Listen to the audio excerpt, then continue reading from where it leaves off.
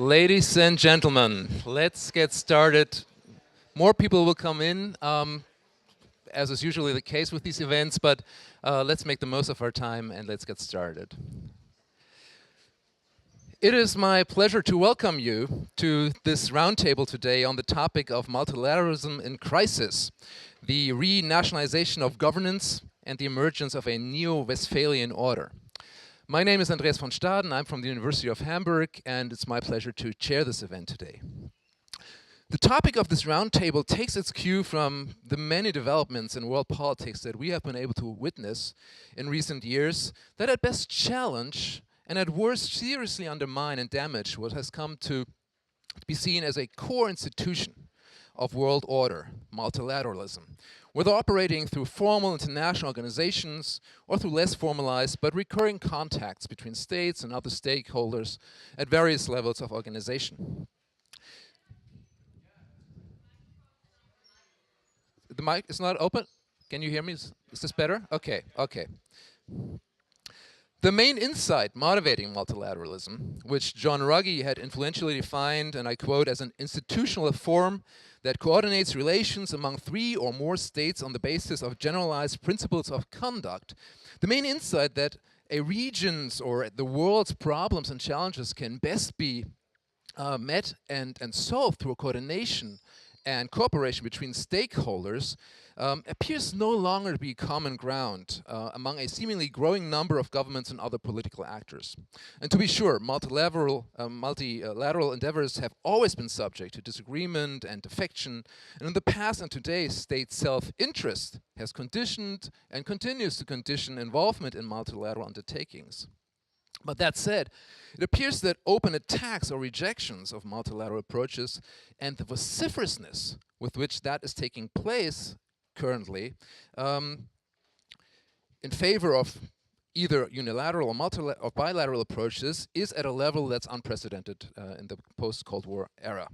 In other contexts, multilateralism is not rejected as such, but subject to what Julia Moore and Robert Kahane have called contested multilateralism. This is the use of multilateralism to counteract, modify, or even replace other manifestations of multilateralism. While President Donald Trump and his administration may epitomize this behavior of belittling multilateralism, whether it's the G20 or NAFTA or other UN organizations, there are many other developments in the world that make challenges to multilateralism a truly global phenomenon. In this part of the world, of course, Brexit comes to mind, and while the European Union will still have 27 member states, there are governments, political parties, political movements, and all of them that at best want to build back the architecture of the European Union, at worst want to leave it for good as well. In Africa, the International Criminal Court has been struggling to sustain adherence to its statute by African states, with Burundi having already left the ICC, and South Africa and the Gambia having been on its way, but later rescinding their withdrawals. More recently, the Philippines has lodged its declaration of withdrawal earlier this year, 1 month after the ICC began investigating the country. In the SADC, the Southern African Development Community, the tribunal has been built back considerably after a series of judgments with which Zimbabwe disagreed. It's no longer possible today to lodge individual human rights claims. It's a much more state-friendly court now. And choose your region the world over. In Latin America, Asia, we see manifestations of multilateralism that are much more state-friendly and less intrusive than some manifestations we've seen in the past. Returning to Europe, and that's the last example, in Switzerland, a new referendum is on its way that carries the title Swiss Law instead of Foreign Judges, the so-called Self-Determination Initiative, which, if approved, will have the consequence that the Swiss constitution will have precedence over any conflicting obligations, whether accepted in the past or in the future. And that mirrors developments in other countries. In Russia, the Constitutional Court has ruled that the country no longer has to comply with judgments by the European Court of Human Rights if they infringe the Russian constitution. In some of these cases, it's multilateralism as such that is being opposed. In some, it's just the output, the normative output of these arrangements that is being opposed. But both developments point to a desire to re-nationalize authority that is currently being held or seen to be held by multilateral arrangements of governance. And the related diagnosis of a crisis of multilateralism has now been recurrent in the literature for the last 10 years or so. Going back further, in 1992 even, Robert Cox had identified an earlier crisis of multilateralism in the 1980s, when he pointed out that the United States and many of its powerful allies had rejected the UN system as the appropriate forum to coordinate policy and to cooperate. Against this background, many more examples could be mentioned. Against this background, I would like to pose just a few guiding questions for our roundtable today.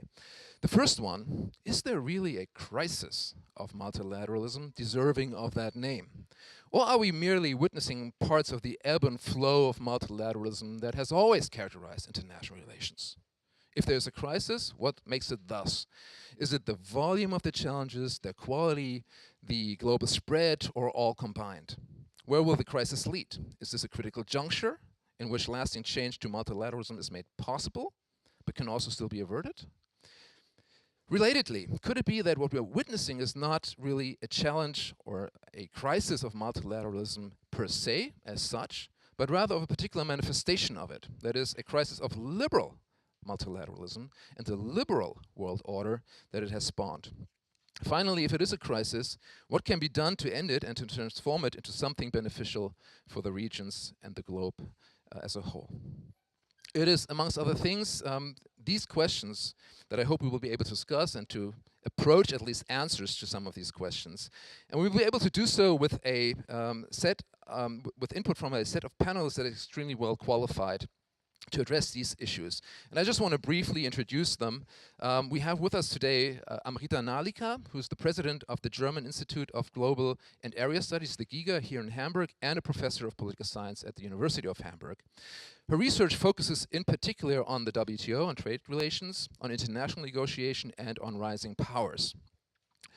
We have with us Marlene Wind, professor of political science at the University of Copenhagen and director of the university's Center for European Politics. She is a specialist on European integration and on EU law and politics, including Danish policymaking related to the European Union, and often appears in the media when an expert's opinion is needed.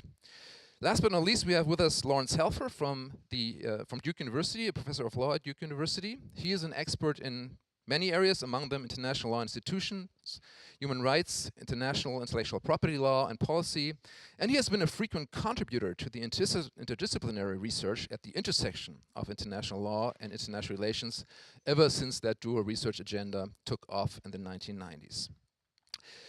Each speaker will have prepared remarks, 10 to 15 minutes. We will go in the order of the program, starting with Larry Helfer, then Marlene Wind, then Amrita Nalika. And after that, there will be a chance to comment on the respective points made, and then we'll open it up for questions and dialogue with the audience. Thank you. Thank you all for being here this afternoon to discuss this topic. Can you hear me now? Yeah, okay. And thanks to Andreas for organizing it, and to my co-panelists. I want to pick up on the question of, that Andreas posed at the beginning, is this a crisis, and if so, what makes it a crisis? And rather than answering that head on, or as one way of answering it, what I would like to do is think through a number of different modalities to disaggregate, if you will, the different kinds of challenges to multilateral governance institutions that we see, and think through some of their causes, the mechanisms by which those challenges are brought about, and their outcomes. And I'm going to give 3 labels here, and if you don't like those labels, I think we could come up with other ones, but they do refer to somewhat distinct phenomena. So I'll label them as a reconfiguration of existing institutions, redeployment of authority to a different international institution, and repatriation to the national level. And I think it's certainly clear that all of these processes have always existed, certainly since the end of the Second World War. And so what might be different now? And I think one response that I would have to that question is that it's the cumulative interaction among these processes or mechanisms that I think is what may be quite distinct today. And so what I thought I would do would be to sketch out each of these mechanisms, reconfiguration, redeployment, repatriation, talk about the question of why, what causes them, how, the question of how the opposition to multilateralism is manifested, and then with what result. And then I'll conclude by interacting them a little bit and thinking about how the interactions among them may actually be creating something that is somewhat different than we've seen before. So let me start with the reconfiguration of existing multilateral institutions.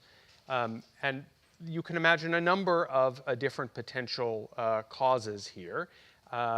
One set of causes could be due to shifts in power. So the norms and procedures of many multilateral institutions were created in a very different geopolitical context, and they are no longer considered, they may no longer be considered acceptable for, in particular, for rising powers. So there are a number of obvious examples here.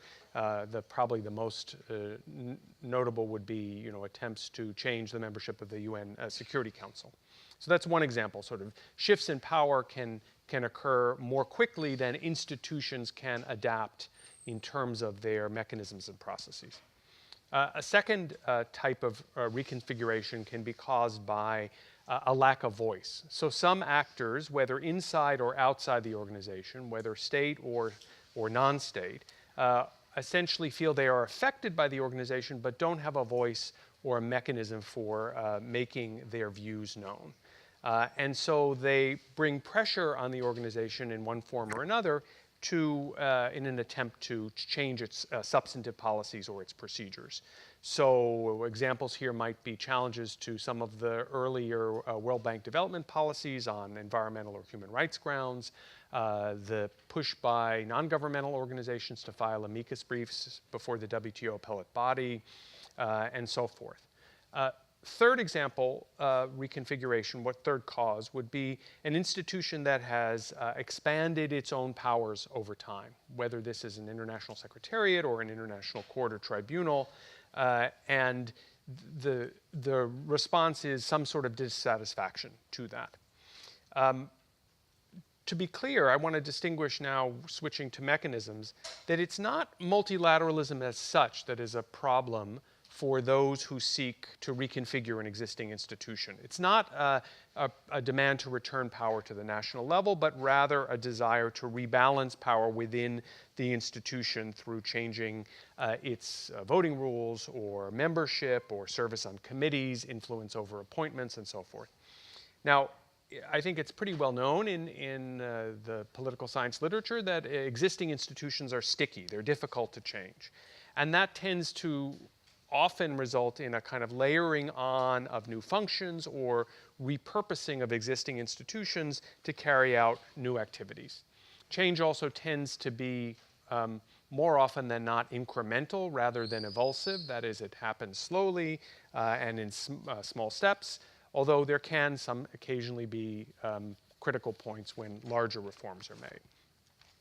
The result of this, at least when we're talking about reconfiguration that's a result of shifts in power or desire for more voice, would be that multilateral governance institutions actually end up taking on more competencies that involve more delegation of authority from states. And this paradoxically can lead in a later point in time to greater demands for repatriation. With respect to the variant that is involved in kind of overreaching by international actors, there it's states collectively reclaiming authority from international institutions. Again, it's not authority going back to the national level, but it's going back to the member states or the founders as a group. So that's the first mechanism, reconfiguration. What about the second, redeployment to a new multilateral governance institution?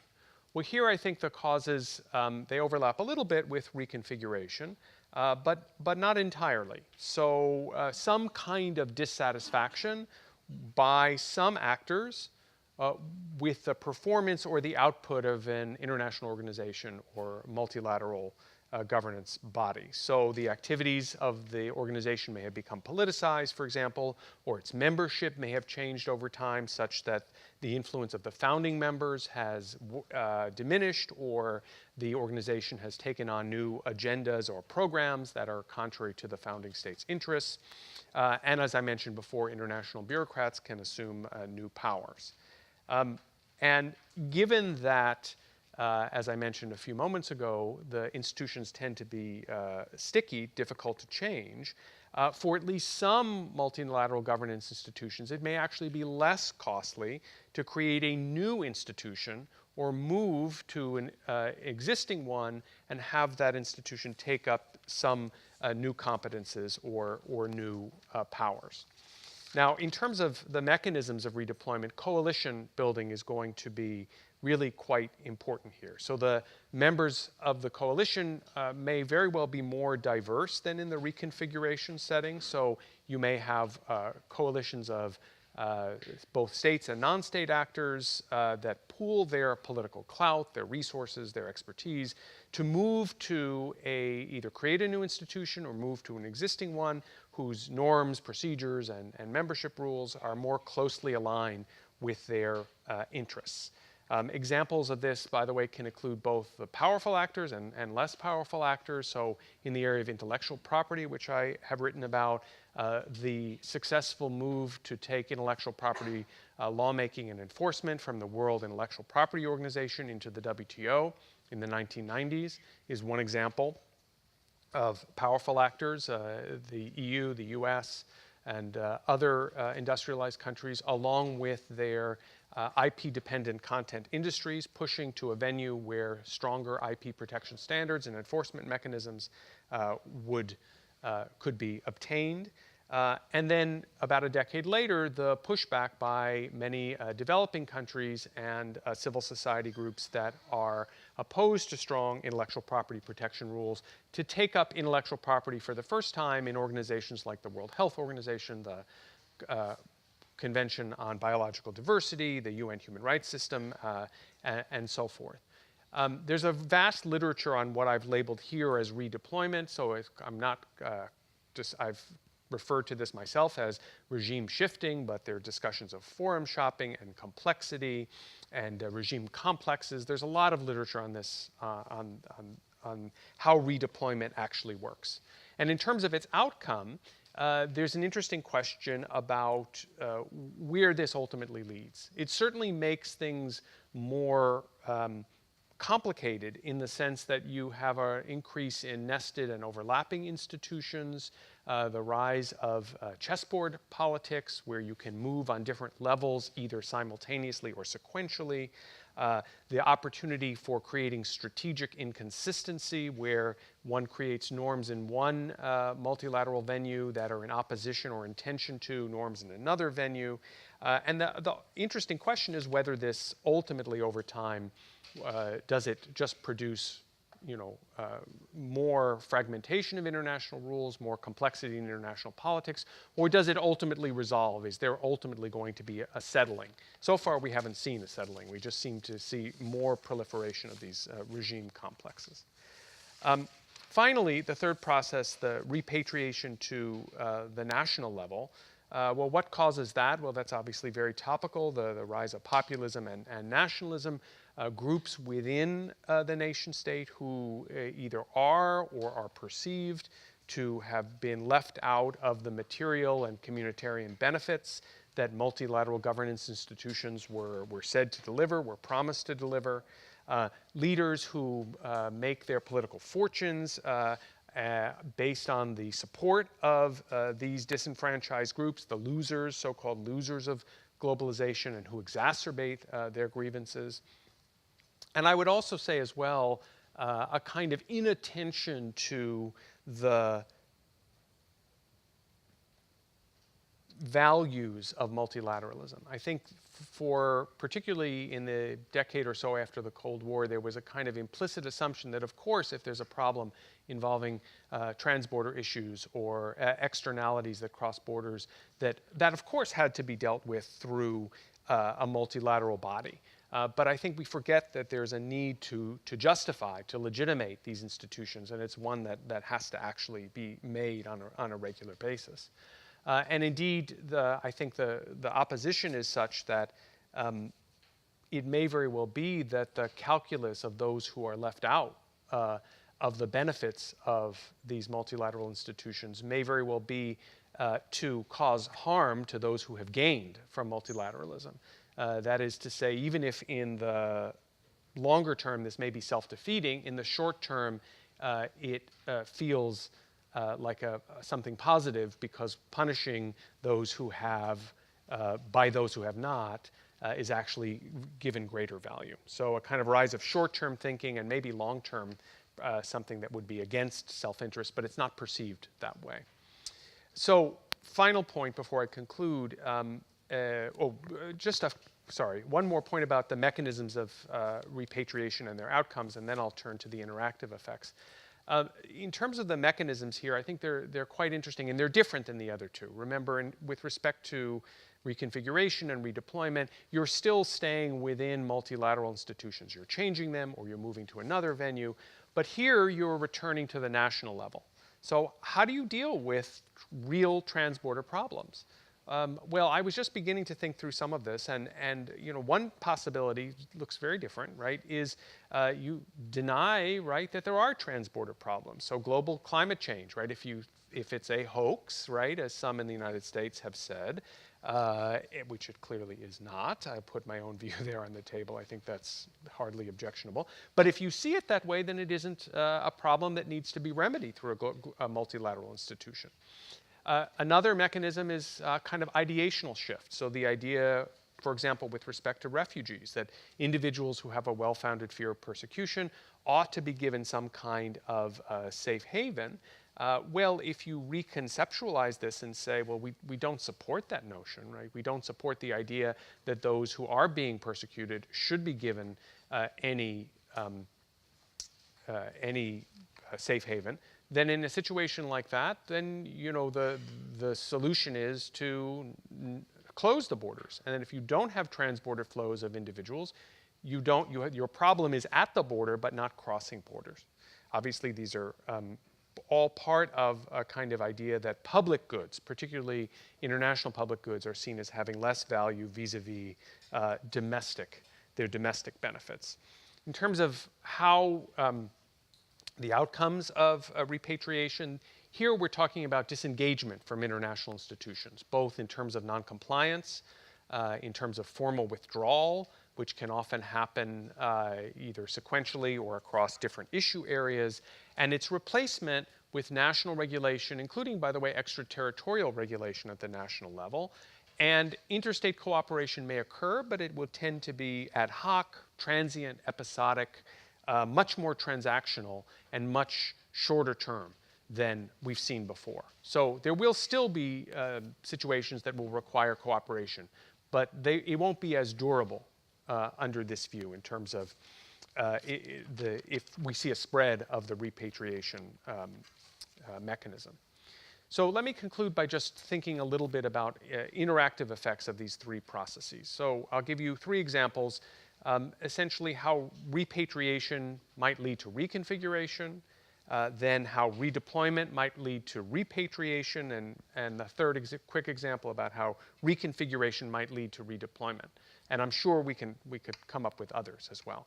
So with respect to how repatriation could lead to reconfiguration, so that is to say one state's attempt to reclaim sovereignty or national discretion leads to a broader systemic pushback. The European human rights system is a very good example. The UK's response to some of the judgments of the Strasbourg Court, of course, most famously in prisoner voting, but also with respect to some of the terrorism cases, led to some very vociferous opposition within the United Kingdom, which the United Kingdom then capitalized on in the ECPR reform process with the Brighton Declaration, then leading to other states, Andreas mentioned Russia and its constitutional court, beginning to assert a kind of national preeminence of constitutional norms over regional human rights norms.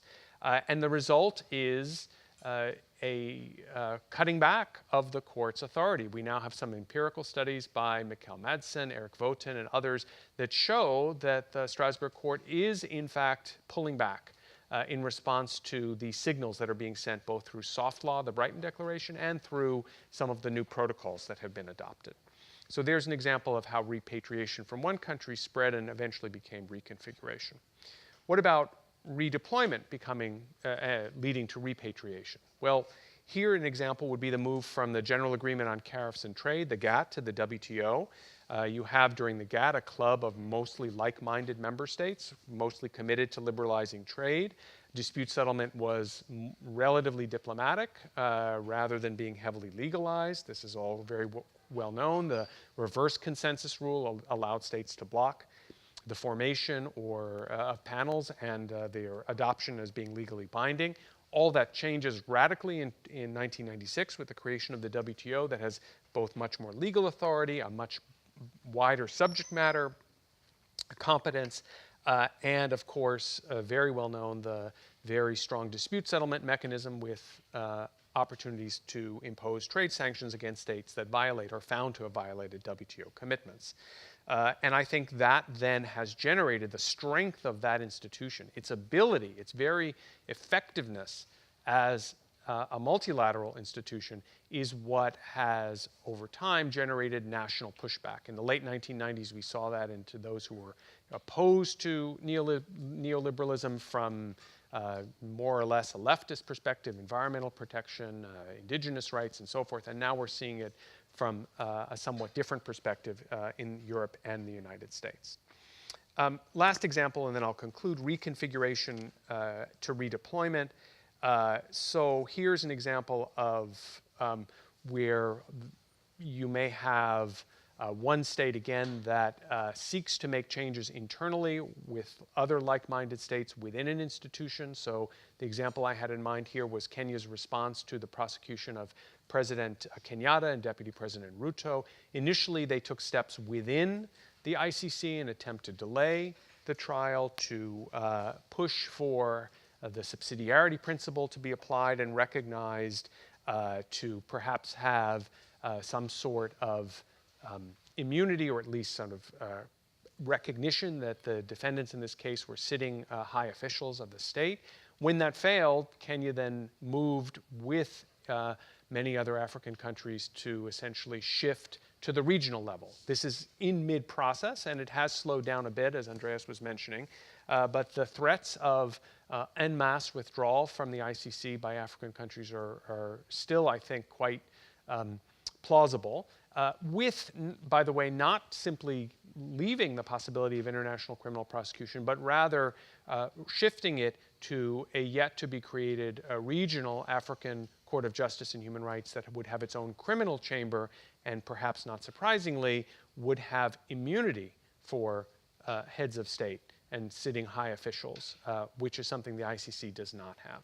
So again, these three processes, I think, in combination, both their interactive effects may be is what causing us to think about the current situation as a time of crisis. But I think it's not just the kind of nationalism, not just the repatriation idea, which is causing the crisis. Thank you. Thank you, Andreas, for organizing this panel. I'm happy to be in Hamburg. And thank you for all coming, so many people, it's really great. What I'm going to do is that I'm probably going to be a little bit more normative in the sense, not so analytical as Larry was, in the sense that I'm going to draw a little bit on a book that is coming out in a few months that I have written, and which is called The Tribalization of Europe. So I think I follow very nicely up on what has just been said, but perhaps in a little bit more emotional way.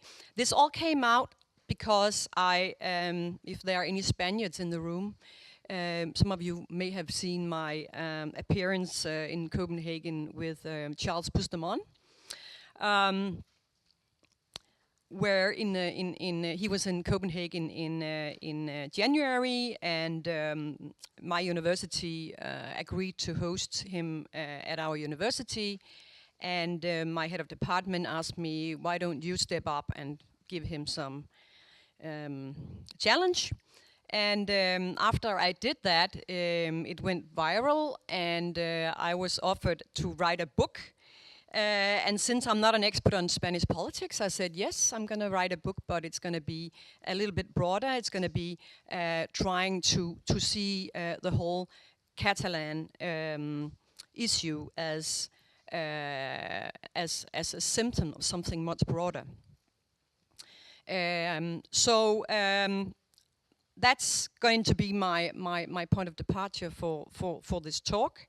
And I can also tell you that one of my main claims is that due to populism and what happened in the United States, due to Brexit, my claim in the book is that we as intellectuals, we as opinion makers, commentators, have lost confidence in the project of a liberal world order.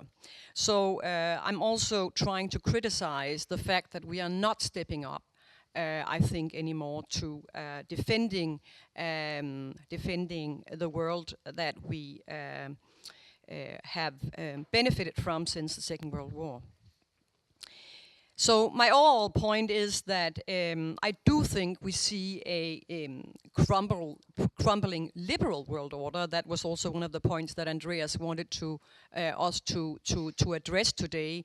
Is it just the liberal world order that is really crumbling? Is it maybe our conception of what democracy is that is all of a sudden questioned? And that may very well be. It may very well be that it is the version that we have thought of as being the most natural version, building on liberal values, that is questioned. If we look at the world today, we have a president in the White House who prefers to surround himself with authoritarian types like Kim Jong-un, Putin, Orban. He celebrated Orban's latest victory, called him on the phone. I think he's also inviting him to the White House. We also have a president in the White House who actually encouraged Brexit and who had a very broad understanding and appreciative understanding of building walls to keep out refugees. He thought it was great.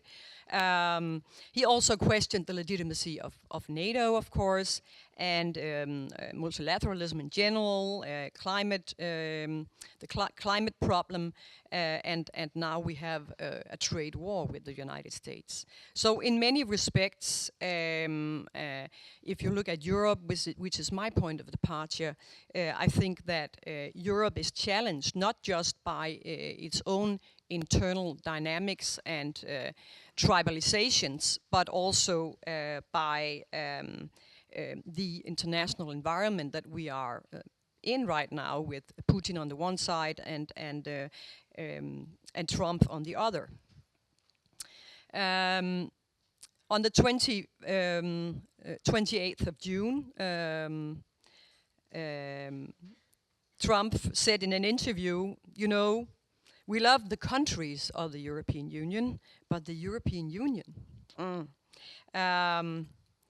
was set up to, in fact, take advantage of the United States.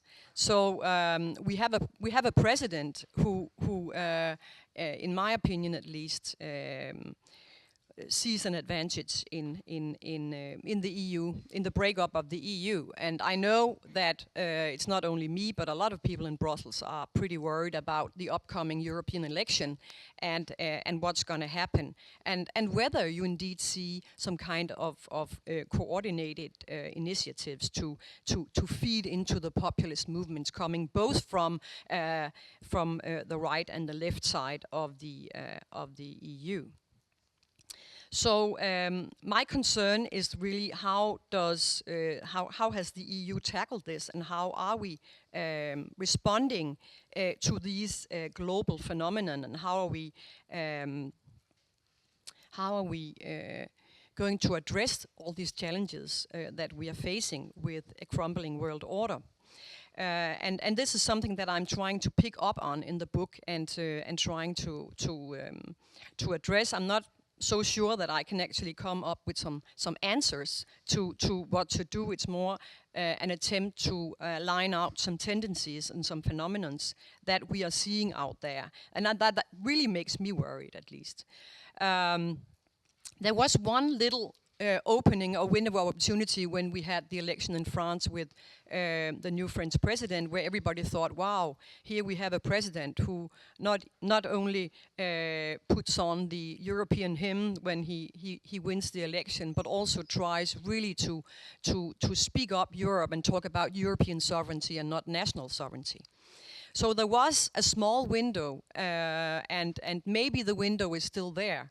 But I really doubt, and I also don't see very many examples of European leaders who are accepting his invitation to really try to invigorate the European project. And I also see a general problem, as I said in my introduction, with the response of the center-left these years. I think that Europe is losing confidence in answering the challenges that we are seeing, and that we have a problem stepping up for our own understanding of what a democracy is. And I'm going to point out two general phenomena or problems that I find that we should really think carefully about if we want to avoid an entire tribalization, not just of the European project, but of world politics as such. And that is, first of all, is it us who have misunderstood what democracy is? Because it seems today that we are losing our own belief in what we thought what democracy was. And I'm going to come back to what I mean by that. And the second point, or the second theme that I want to just emphasize, is the increased tendency to embark in Europe on identity politics. And I'm not talking about the American version of identity politics, which is mostly and mainly about minorities. When I'm talking in my book about identity politics, I'm talking about Brexit, I'm talking about Central Eastern Europe, Orban, and I'm talking about Catalonia, and this urge to put yourself and your own culture before larger societal problems. That's what I call identity politics, and that's something I think we see all over Europe at the moment, and it is tearing Europe apart. I have a nice picture on the front page of my book with a Europe of small, tiny castles with fences around, and even though you can discuss or debate whether the Catalan question is really a question about the same as Brexit and what happens in Hungary at the moment, I think that no matter whether we are dealing with nations and nationalism or we are dealing with regional nationalism, it is really the same kind of identity politics that is playing out. At least that's what I'm trying to argue. But let's look at democracy first. All of a sudden, with the development in particular in Central and Eastern Europe, we have a debate. It's not really surfaced yet, but we actually do, in my opinion, have a fundamental debate about what is democracy. Because the way we were brought up to think of democracy in the West, and the way we have built Europe, and the broader understanding in the world, is of course that we think it takes more than just a majority to legitimize democracy. It takes more than the electoral, having elections, having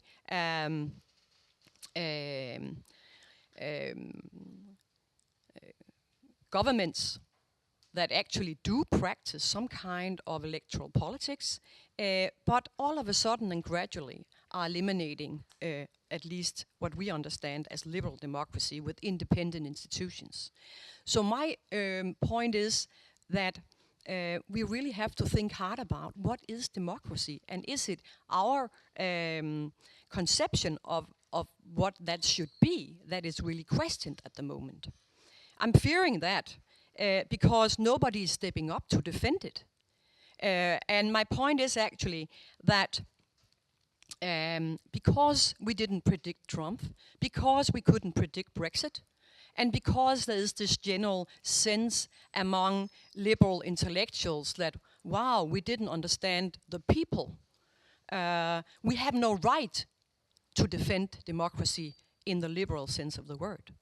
So when things are happening, things like what we see in Central and Eastern Europe, and I'm not generalizing because I know there are many differences between the individual countries, but in particular in Poland and Hungary, when we see authoritarian figures who actually hold elections and who are celebrated and congratulated for their third victory, in the case of Orban, nobody says anything. We have completely lost track because we are so embarrassed that we didn't understand the unsatisfied voters in the American election and also in the UK. That everybody have started saying, "Oh, maybe it was our fault. We didn't really understand what was going on."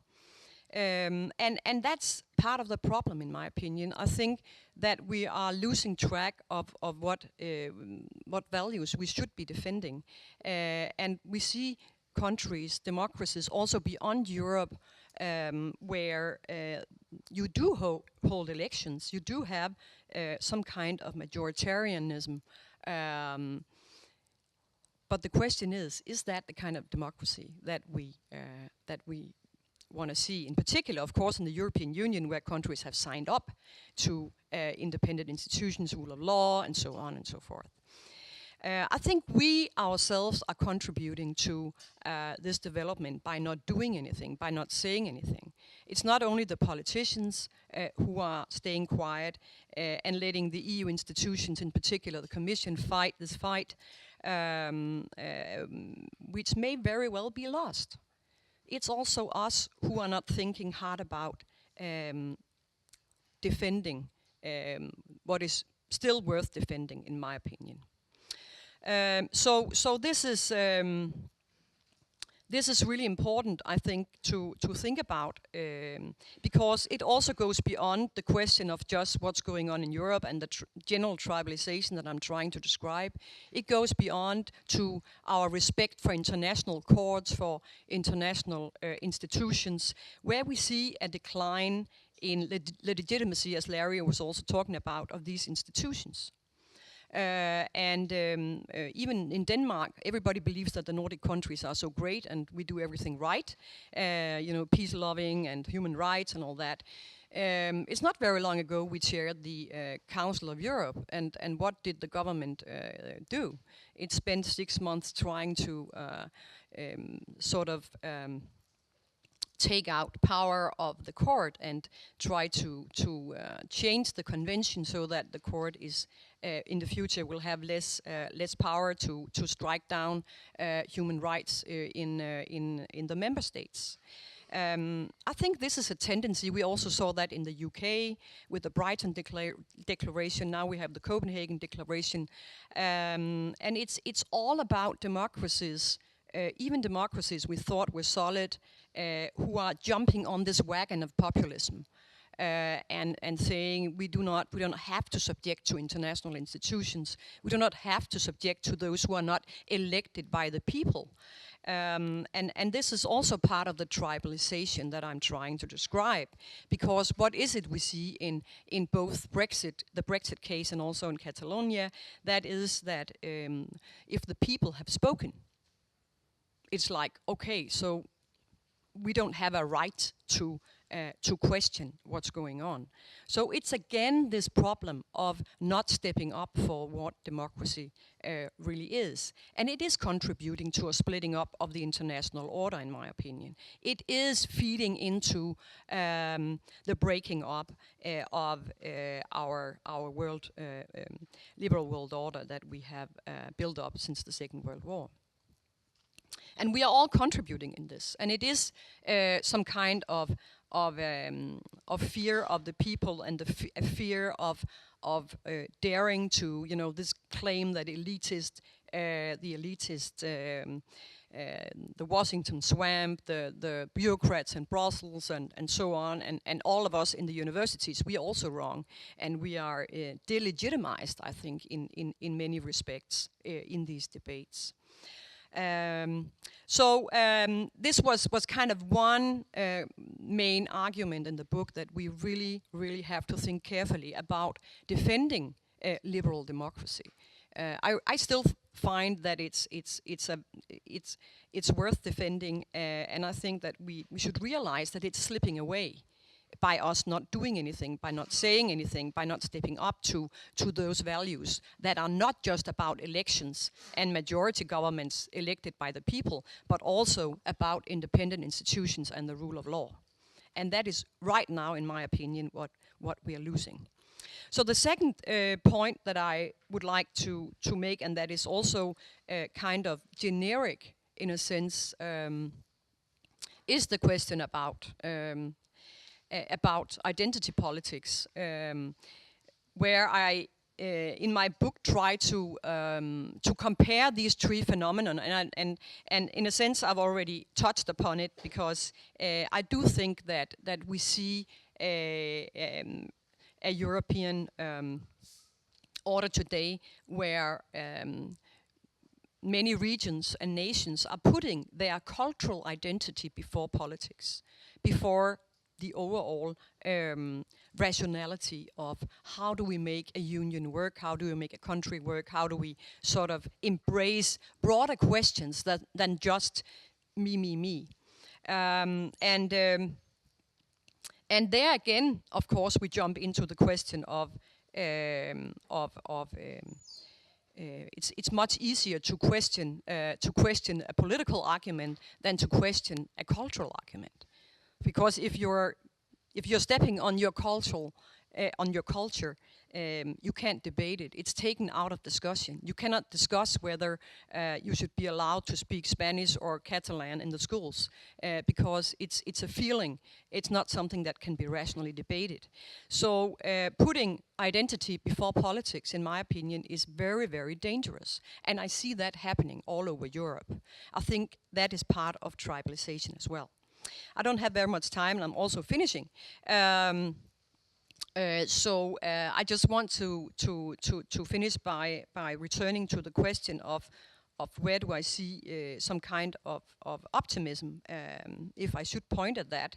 And I just want to return to the question about the window of opportunity that we saw with the project of Macron, where he really tried to speak up and to emphasize how Europe has to work together and has to trust itself and also regain its self-confidence, because that is really part of the problem, that the populist movements, of course, are giving Brussels and the whole European project, blaming that for all the evils, and there's no confidence left.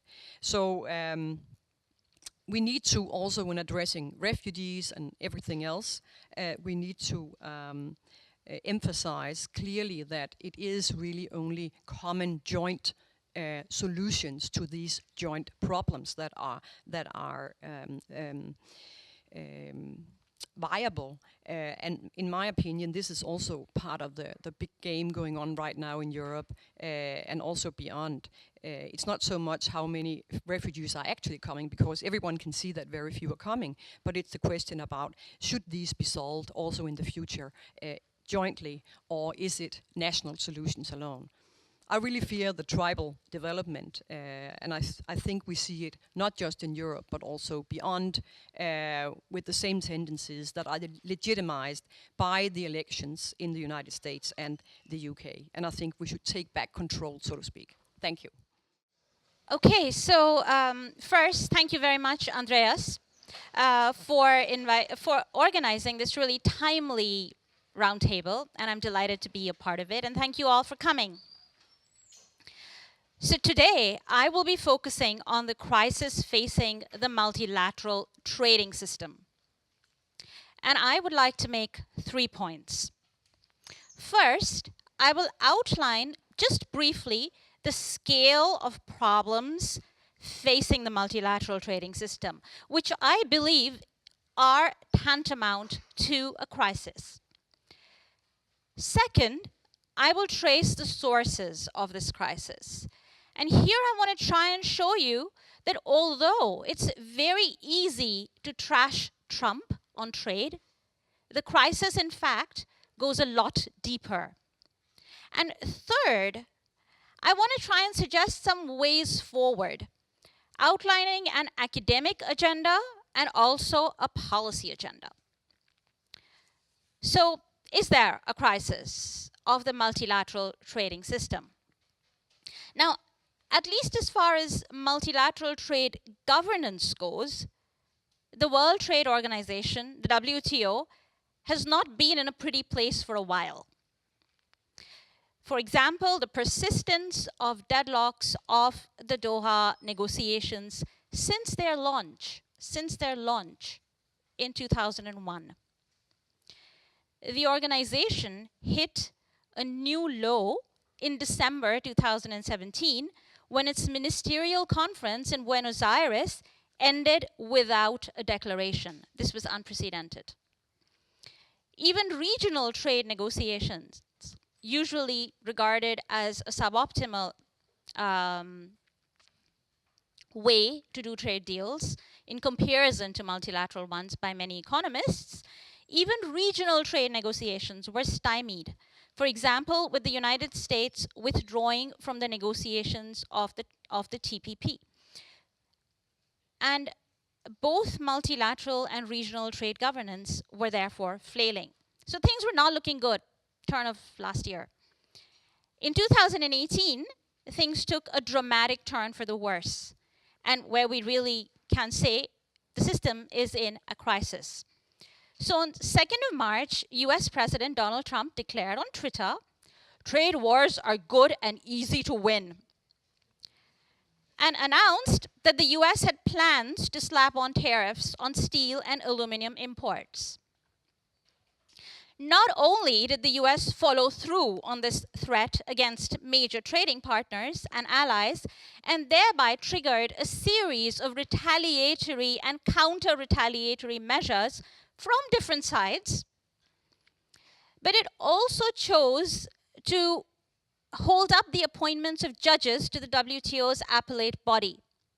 So now, both the negotiating arm of the WTO and the dispute settlement arm of the WTO risk paralysis, a proposition that should be alarming in its own right, but it should be all the more alarming in a world of trade wars.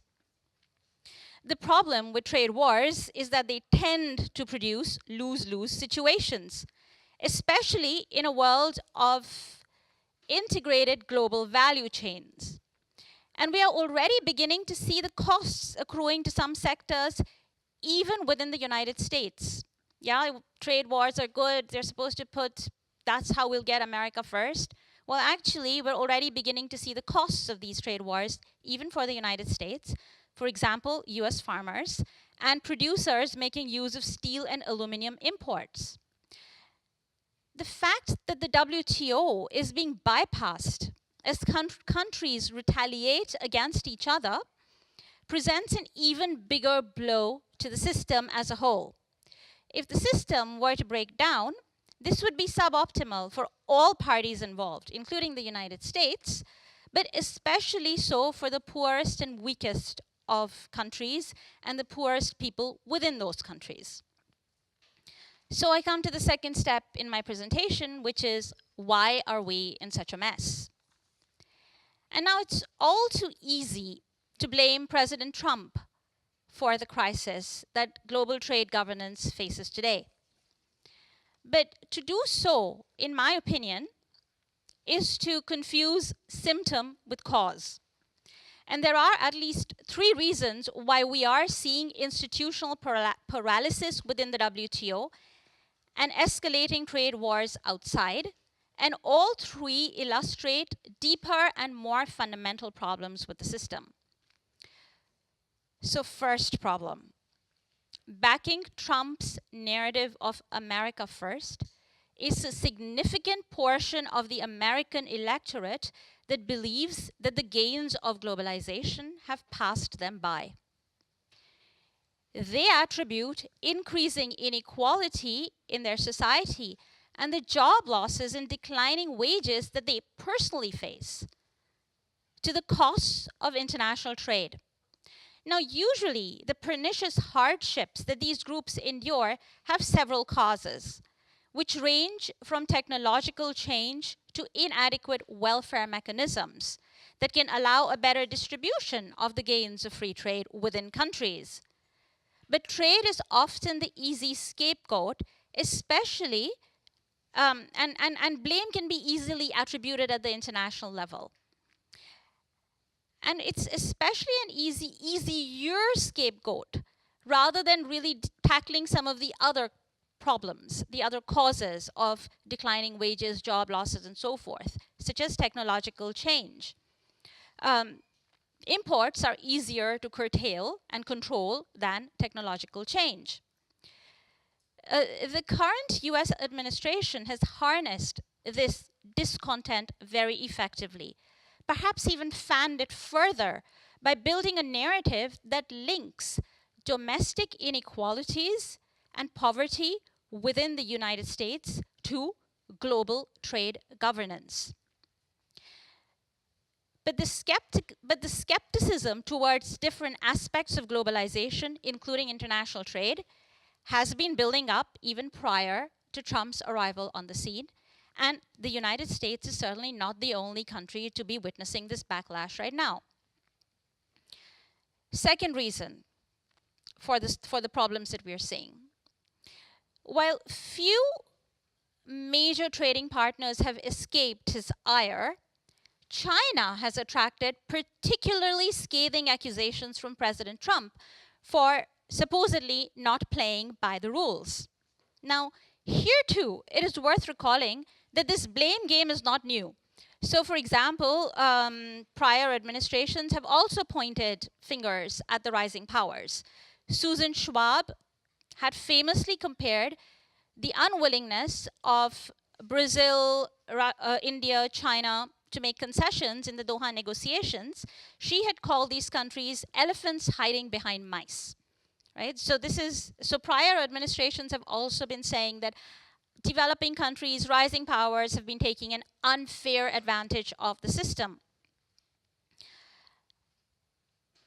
Now, the problem, I think, is that local content requirements, intellectual property rights violations, forced technology transfers, use of subsidies that are very hard to police, might have been tolerated, for example, in the Chinese case, in the early years of China's accession.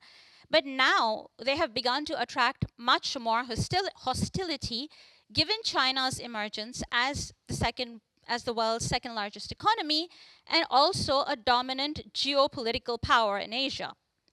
And the same argument could be made for other rising powers too, that the United States was willing, or the EU, other OECD countries were willing to allow some free riding by rising powers, but the more they rise, the more they're going to be asked to take on greater responsibilities. So that conflict has been happening. We've been seeing it way before Trump. Now, and the third reason why we might be seeing the problems that we're seeing, and this is the fact that discontent with the trading system is not unique to the United States or the developed countries.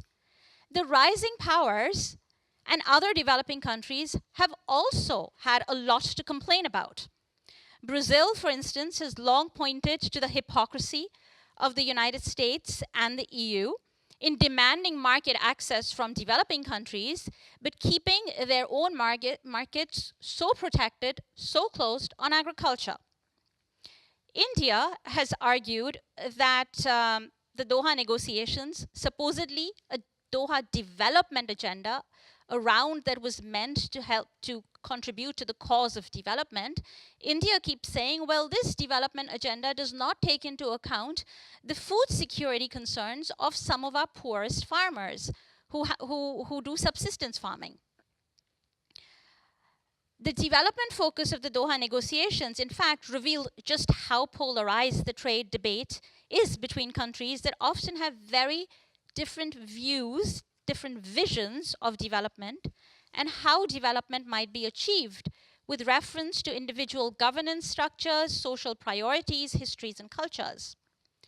So the persistence of the Doha deadlocks since 2001 onwards to the present day is an important indication of just how dissatisfied virtually all parties have been with the workings of the WTO. Global trade governance has for long been in desperate need of fundamental reform. So, my third and final part of the argument. Can we do anything about this? Can we do anything about this doom and gloom? And I would argue, yes, there is a lot that can still be done.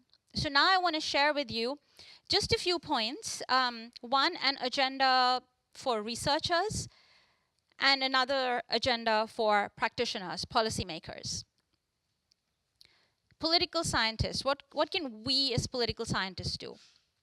And I strongly agree with what you were saying, Marlene, that academics, researchers have to accept a good share of the responsibility for the problems that we are facing today.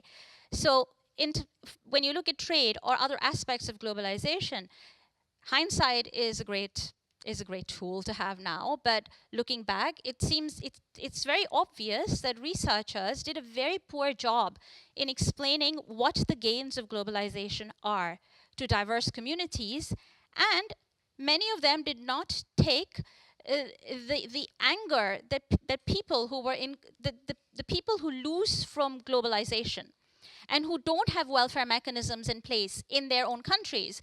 The anger of these people was really underestimated, both by researchers, academics like us, and practitioners. So what can we do now? Well, first, we need to take the study of narratives very seriously. And we need more studies which investigate why is it that the anti-globalization, anti-free trade narrative is the one that is winning so much. Why the nationalism narrative is winning. Why the democracy narrative, as at least in the way as we understand it, why is that narrative losing out so badly right now? I think it's really interesting that economists have also started getting into this question of narratives. This is a big jump for mainstream economics, and I am involved in a project with a group of researchers, an international network of researchers who work on processes of international negotiation, the PIN network, where we are looking specifically at the role of narratives in international negotiation. Second, agenda for political science.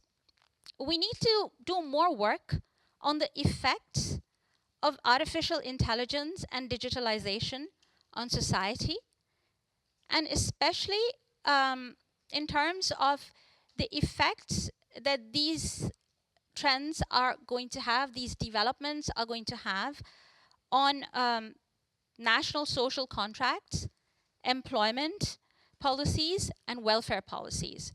And this is something that I don't think any field is really well prepared for.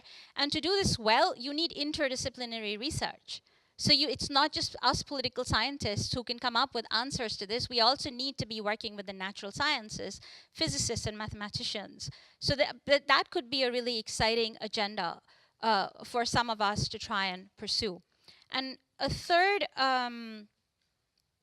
a third important agenda for political science that I see emerging from the crisis in trade governance is we must understand and incorporate not only the interests of groups and countries that believe themselves to be marginalized from the processes of globalization broadly, from the rulemaking process, from the norm building process. So it's not just about having a seat at the table, though that is of course very important too, as Larry was saying. But it's about this view that comes from a large part of the developing world, including China and India and Brazil, that we didn't make the system. So how can you ask us to follow these rules, even though we're making gains from it? We're gaining from free trade, but we didn't make the system. And so political science really needs to try and understand where these countries are coming from. And it's not just about their immediate interests, because in the WTO, Brazil, India, China have seats at the high table, right? So WTO is very different from the IMF. It's about trying to understand their values and visions of global order, and it's also learning more about about values within their domestic societies. And this means trying to understand their philosophical traditions, historical traditions, cultures, frameworks, narratives.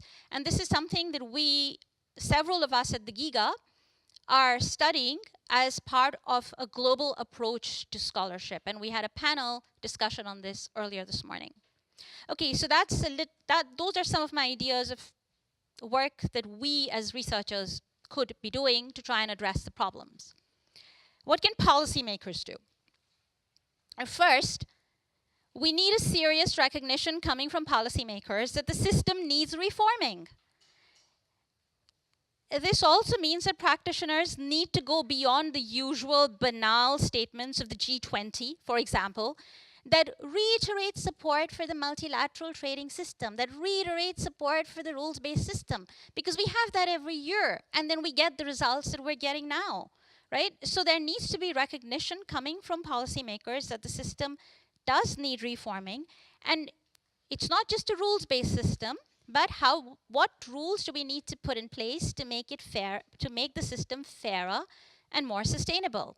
Now, the Hamburg G20 started this process in a big way, but it will be interesting to see whether we can sustain that momentum in Buenos Aires, especially when trade politics is so very polarized. Second point of interest, again, that from a policy-making perspective. The WTO's rules need to be tightened on the one hand.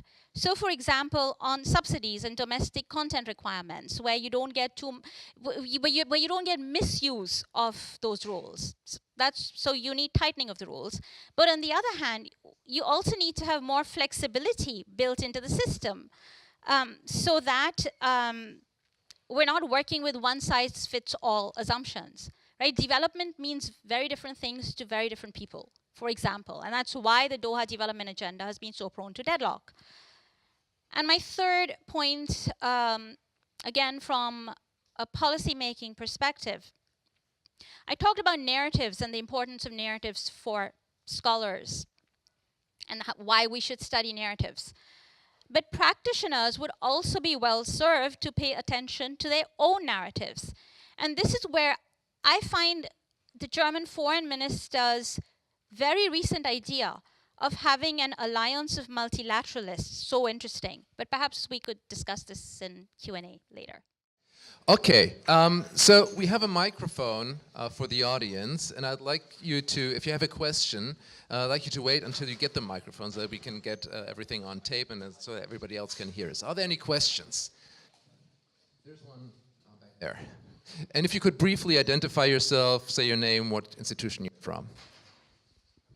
Hello, I'm Adrian Grant from Leiden University. I have a question very quickly for Marlene Wind. Well, would you say that the Catalan independentist movement is a populist movement? And why or why not? So we're not picking questions, but yes, I would definitely say so, absolutely. I think if you compare them to if you look at the rhetoric and the way they are promoting themselves and have been doing so for a very long time, they are comparable to other populist movements. I know they want to position themselves differently, but at the end of the day, that's what they are, in my opinion. Further questions? Philip Lister. Yeah, thank you. Philip Lister from Hamburg here. I have also a question for Professor Wind. So your argument that putting identity before politics is dangerous. So to be a little bit mean here, isn't identity also political? And how can we then make or come up with a distinction? So when we distinguish it by saying that, well, politics is rational, then I think we would have to take into account that rational politics, or what we conceive to be rational politics, also sits in a certain ideology, and sort of then we have a closed circle. So how can we distinguish between more or less identity in politics? Is that related? It's directly related. Okay. It's again a question. I would like to join in on your diagnosis of the European Union. My name is Claudia Wieser. I'm also from Hamburg University, and I work on democracy in the EU and the EU's multi-level system. Would you say that politicizing European Union decision-making would remedy the problems that you have been discussing? So if we democratize that, if we have more contested public debates, because it's a heated debate. I'm in favor of this argument, but I know that most of my colleagues are against, and they would like to keep the EU depoliticized. What do you mean? Well, what is your opinion? Will it sort of counteract the critical tendencies that you have been describing if we had more public political discussions about the EU? Or would it sort of only help the populists, only help the Catalan independent movements, identity questions, etc.? So the debate, in my opinion, is very split in this matter, and I would like to hear your opinion. Thank you very much. I don't think it was a very evil question. The first one, if I may answer that first. I think that if you use culture to legitimize your cause, you're really in trouble. And that is in identity politics. And that's what's happening in Catalonia. That's what's happening in Hungary. We have a right, because we are Hungarians, to throw out Muslim refugees, for instance, because we are of a specific kind. I think, and because we are Catalans, we cannot live with anyone who is not Catalan. I mean, that is, in my opinion, identity politics. If you take the other level and say, okay, of course you can always debate it, but if you put forward a rational political argument, you know from the start that this can be debated. It's just an argument.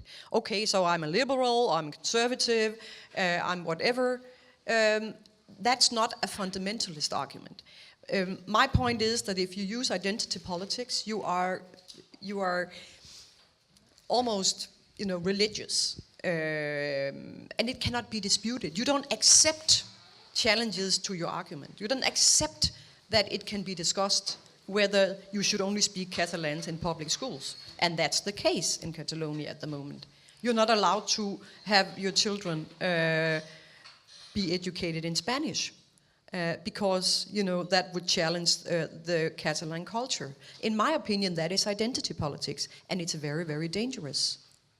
So, even though I agree with you that, of course, politics is also ideological, but you accept, by definition, that your position can be discussed. And that is a very, very important thing.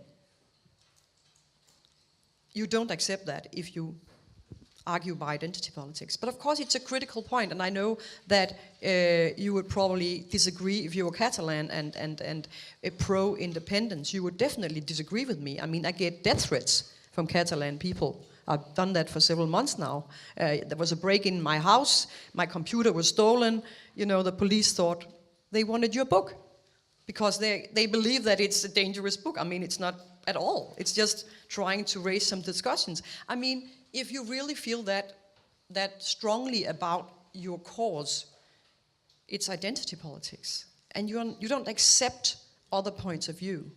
And I see that in many places in Europe today. I also think Brexit is an example of identity politics. To maybe a lesser degree, but it's still, you know, us alone. We only want to be alone for ourselves. Why? Because British is something different than the rest of us? Well, I don't know. But it's feeding into the debate, and I think it's very, very dangerous if you don't discuss it. If you discuss it, you can challenge it, you can question it. If you don't discuss it, we will see an increased tribalized Europe, in my opinion. Then to your question about whether more debate about Europe, so you mean the purpose of the European project. Is that what you were talking about? Any kind of issue. Well, I mean, yes, as long as we have people out there who step up for the European project. As I see it right now, nobody speaks for Europe. I simply can't see them out there. And every time you try to do it in a public debate, you are told, at least where I come from, you're told you're just a terrible federalist and you want to take away national identity. It's simply not legitimate to have the position that Europe is a good thing in itself. Okay, we can do some stuff together, you know, out of cost-benefit reasons, and so to increase our national budgets and welfare and so on. But to argue that Europe in itself has a positive, you know, has a purpose, has a positive connotation, that it's good for all Europeans, that's almost, I mean, then you're politicizing and not an objective researcher. That's at least, you know, the debate from where I come. It might be different in Germany. I certainly hope so. So I would say that it's good to debate. It's always good to debate, but as it has developed in the past 5-10 years, it's been the populists who have taken over the debate on Europe. They are everywhere. And it's very difficult to come up against their narrative, to come back to narratives and to challenge there, because they always use the dichotomy: the elite is taking away something from us, and we're not able to influence European politics. I think a lot of national political systems are more undemocratic and more closed than the European political system is. But the narrative is that Brussels is a terrible bureaucracy, and that it's just trying to cheat people and take away their identity and their power, instead of the other narrative that we can only solve problems of you know, common, you know, transnational problems if we work together. That narrative is almost not there, and that's why I see Macron as trying to say sovereignty. You can have that on the European level. You become more sovereign by collaborating than not collaborating. Will the UK, I always ask that when I talk to my students and speak in public about the UK, will they be more sovereign by leaving the EU? I think they will be less sovereign. They will have less power. They will have less possibilities to influence the world. And that's how we should discuss it, in my opinion. Just a rider to what you said. I completely agree with you on culture being used in a very fundamentalist way, and then it does become identity politics. But you also have examples of culture being used in a very positive way. And so the example I want to give here is, because sometimes you get this tendency especially in Germany, when people are like, oh, we don't want to talk about culture because of this reason, because it's fundamentalist. And India, Modi, climate change, Prime Minister Modi completely changed India's approach to climate change negotiations. And India used to be really anti taking on any mitigation measures. And now it's become much more proactive. And the way he did this was by referring to Indian culture. And he referred to ancient Indian texts and said, you know, you guys from the West don't need to come and tell us to protect nature. Protecting nature comes naturally to us. And And then he gave it he made climate change mitigation homegrown by appealing to culture. It was very clever, right? And it's a really dramatic change. But that's where I would make a distinction. But I totally see your point about culture being used in a fundamentalist, identity-based way. Thank you. Let's collect a couple of questions, 2 or 3, and then have a final round for the sake of time, which is slightly over. I think I remember Lisbeth Zimmermann having up her hand.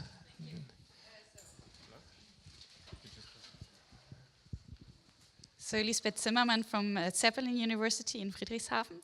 And I really like this first analytical approach to what we're observing at the moment, because, I mean, what you showed in your analysis was that many of the things actually are around for quite a while, and we've been talking about them as well, right? So kind of regime changes, kind of shifts in forum shopping and so on.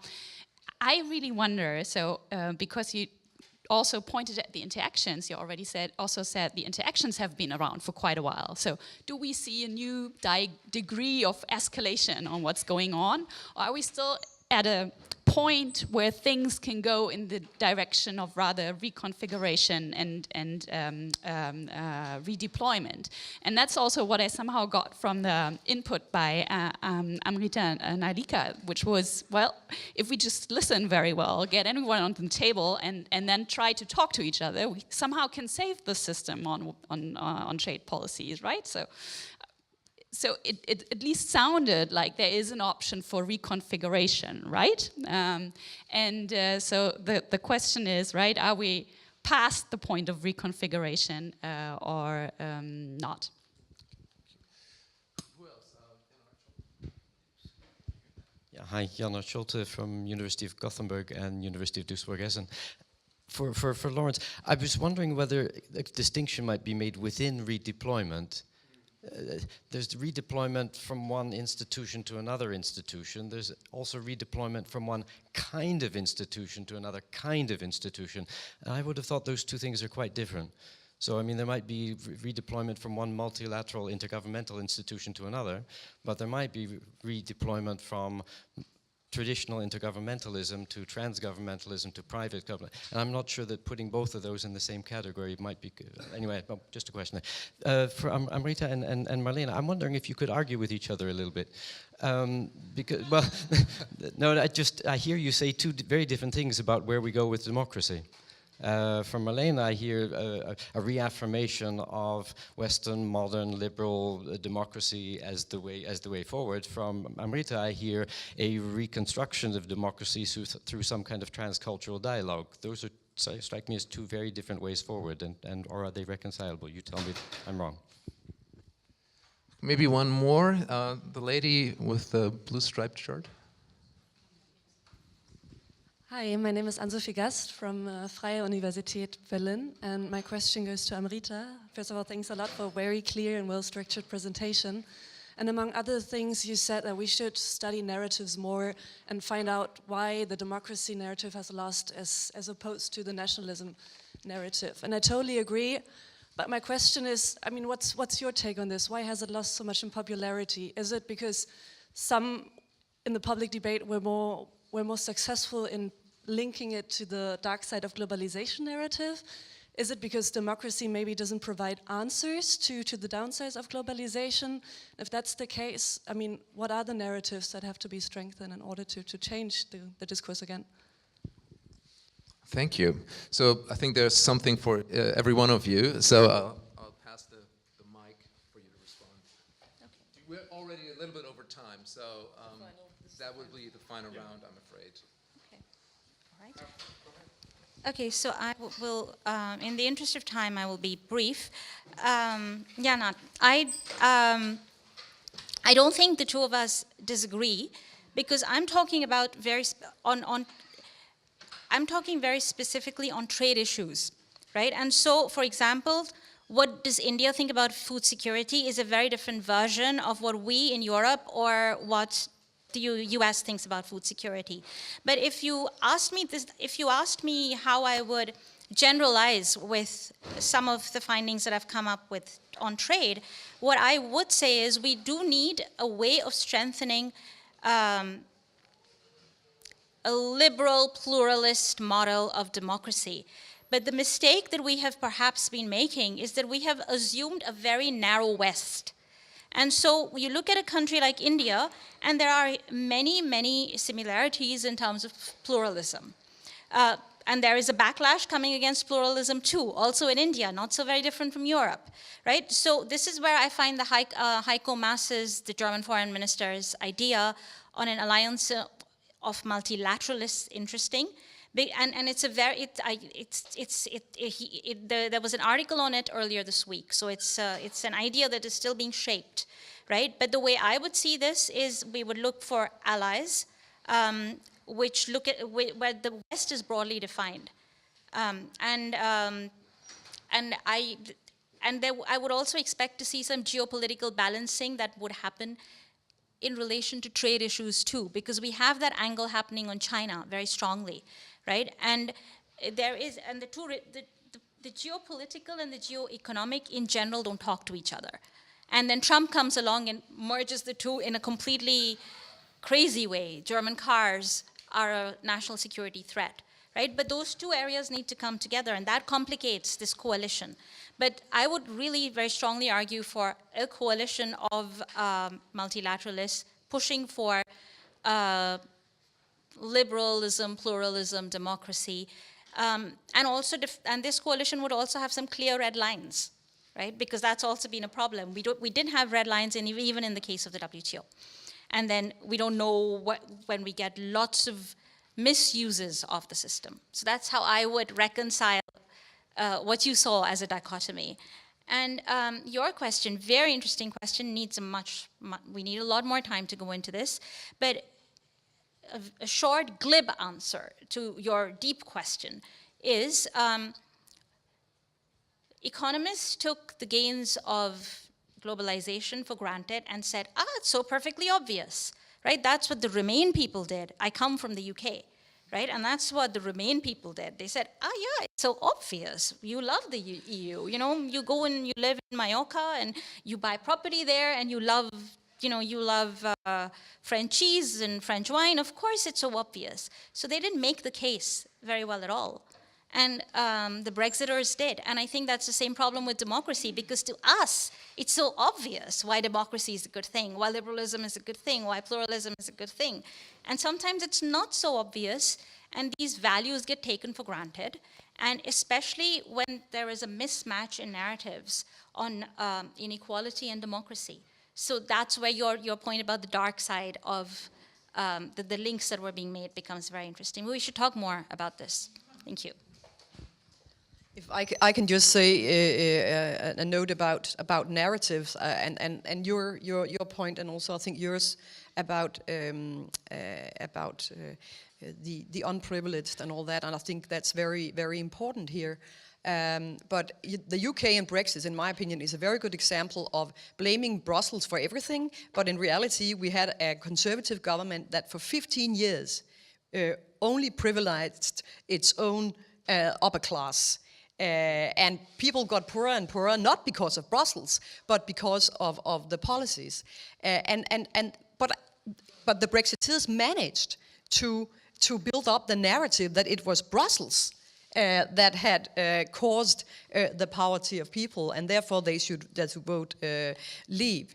So I really think narratives are important here, and it's really, I mean, who gains the upper hand in terms of defining what the truth is? I mean, it's always, you know, man-made. And the point about liberal democracy, and I get more and more convinced, and I'm actually quite happy, because we live in a world where you're not allowed to think that something is superior to other things.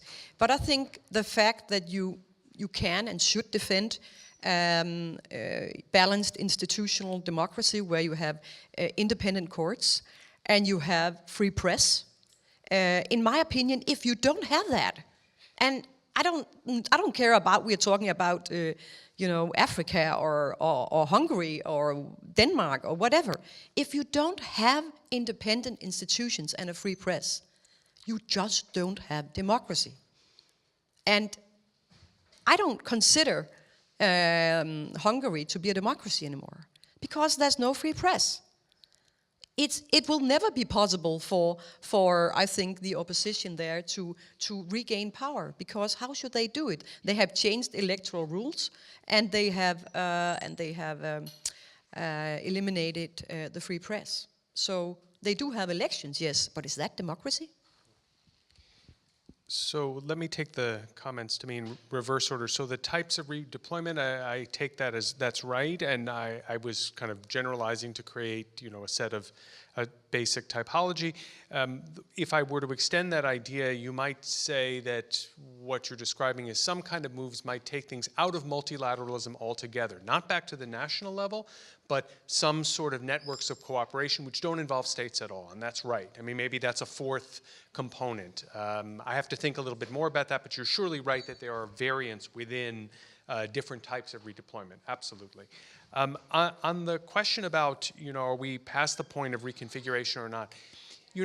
In thinking about this, one of the challenges that we have seen, or one of the reasons why this game never seems to end, right, this sort of moving and shifting, is because the consequence, we don't really get rid of institutions, we just kind of add more, right? And so, we have more of the same, but we don't really have the sharp consequences. And it might be true that if one of two things start happening, we might get to the point that we're beyond the point of reconfiguration. So, when the announcement of Brexit was made, oh, this is going to be terrible, the UK will be in recession within 3 months, didn't happen.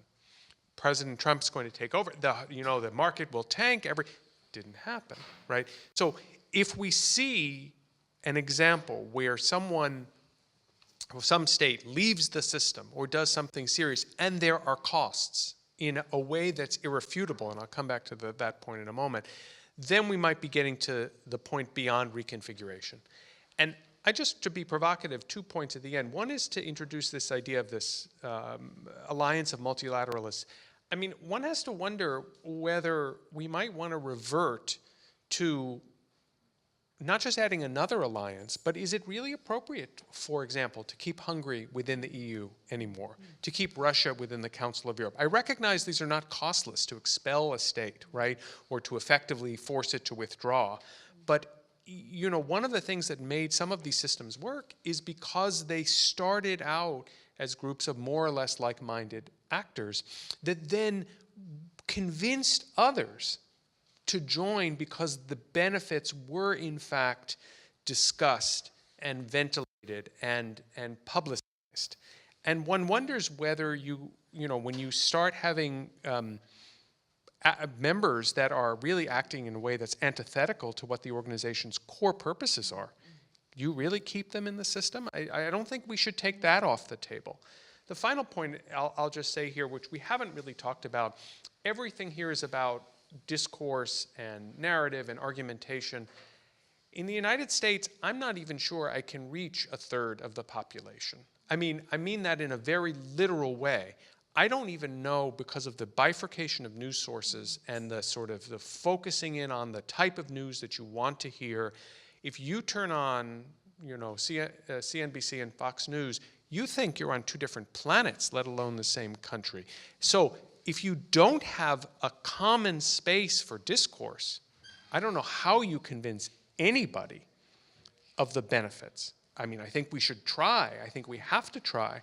But we face a graver problem than even the one we've talked about if not just having a free press, Marlene, I agree completely, but having a free press that actually has the possibility of reaching people. Thank you very much, and apologies to everyone else who still wanted to ask questions. We're definitely out of time, and I've received several signs already, just when we've warmed up to actual debate. But we can continue these debates outside of this hall. I thank everyone for staying, for asking questions, for you. Thank you for your talks and for answering these questions. And please join me in a round of applause for our panelists.